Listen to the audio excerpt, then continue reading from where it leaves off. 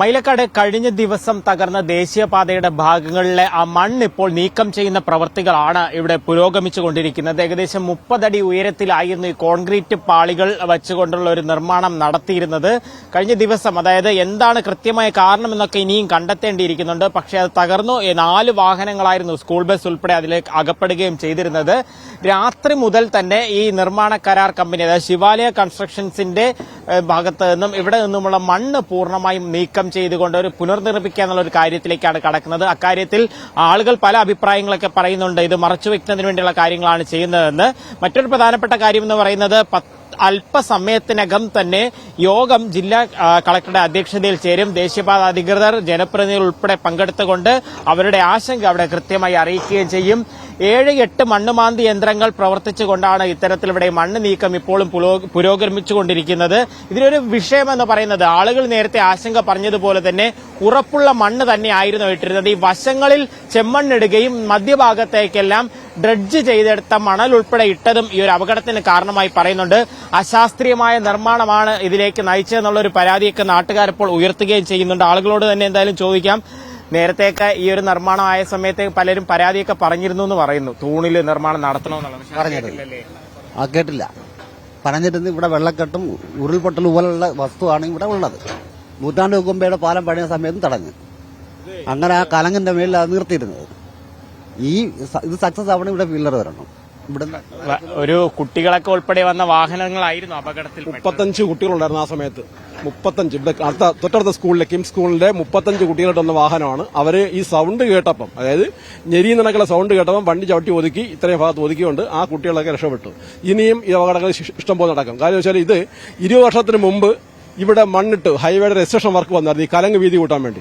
അന്ന് മണ്ണിട്ട് നികത്തിയപ്പം ഈ കാണുന്ന ഒരു 30 സെന്റ് വസ്തു ഈ സൈഡിൽ കിടക്കുന്നത് നിലവായിരുന്നു. അത് അന്ന് ആ മണ്ണ് ഇവിടുന്ന് നീങ്ങി അവിടെ കരയായി. അവരത് കരയാക്കി പതിച്ചെടുത്തത്. ആ നിൽക്കുന്ന തെങ്ങുകൾ കാണാൻ പറയും. ആ തെങ്ങുകളൊക്കെ 20 വർഷത്തിന് മുമ്പ് വെച്ച തെങ്ങുകളാണ് ഇപ്പോൾ കാഴ്ചയ്ക്കുന്നത്.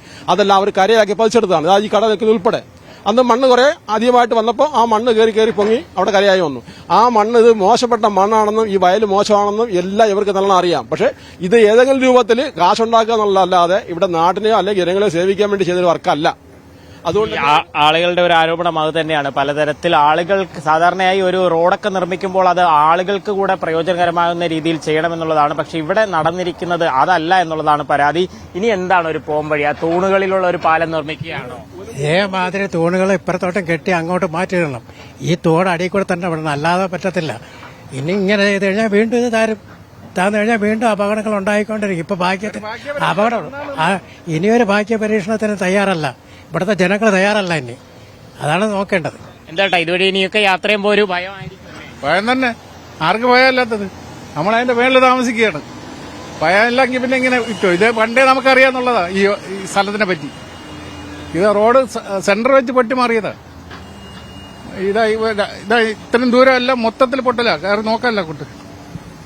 ആളുകൾ അവരുടെ ആശങ്ക കൃത്യമായി പറയുകയും ചെയ്യുന്നുണ്ട്. നേരത്തെ തന്നെ, അതായത് ആളുകളുടെ ഒരു അഭിപ്രായമൊന്നും കൃത്യമായി ചോദിക്കാതെ ആയിരുന്നു ഇത്തരത്തിൽ കാര്യങ്ങൾ ചെയ്ത്. അതാണ് അപകടത്തിലേക്ക് വഴിവെച്ചത്. മാത്രമല്ല, ഈ ഇത്തരത്തിൽ ഉയർത്തുമ്പോൾ ആ മണ്ണ് എത്രത്തോളം ബലപ്പിച്ചിരുന്നു എന്നുള്ള ഒരു ചോദ്യമൊക്കെ ഉയർത്തുന്നുണ്ട്. ഓരോ ഈ സ്ലാബ് ചെയ്തു കഴിഞ്ഞും അവിടെ ഈ ബെൽറ്റ് അടിക്കുക എന്നുള്ള ഒരു കാര്യമുണ്ട്. അതൊക്കെ കൃത്യമായി ചെയ്യാത്തതാണോ ഈ പ്രശ്നങ്ങളുടെ കാരണം?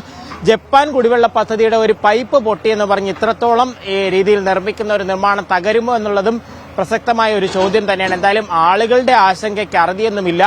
യോഗത്തിൽ ഒരു അനുകൂലമായ തീരുമാനമുണ്ടാകുമെന്ന് ജനപ്രതിനിധികളൊക്കെ പറയുന്നത് പോലെ തന്നെ ഈ തൂണിൽ നിർത്തിയുള്ള ഒരു നിർമ്മാണം എന്നുള്ളൊരു കാര്യത്തിലേക്ക് ഇനി കടക്കുമോ എന്നുള്ളതാണ് ശ്രദ്ധാകേന്ദ്രമായിട്ടുള്ള ഒരു കാര്യം. ദേശീയപാത അധികൃതരുമായി ബന്ധപ്പെട്ടുകൊണ്ട് ഡൽഹിയിൽ നിന്നുള്ള ഉദ്യോഗസ്ഥർ ഉൾപ്പെടെ ഈ സ്ഥലത്ത് പരിശോധന നടത്തും.